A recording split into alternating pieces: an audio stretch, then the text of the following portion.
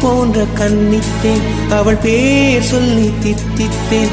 அது ஏன் என்று யோசித்தேன். அட நான் எங்கு சுவாசித்தேன். காதோடு மௌனங்கள் இசைவார்க்கின்ற நேரங்கள். பசி நீர் தூக்கமில்லாமல் உயிர் வாழ்கின்ற மாயங்கள். அலைக்கடலாய் இருந்த மனம் துளி துளியாய் சிதறியதே. ஐம்புலனும் என் மனமும் எனக்கெதிராய் செயல்படுதே. விழி காண முடியாத மாற்றம், அதை மூடி மறைக்கின்ற தோற்றம்.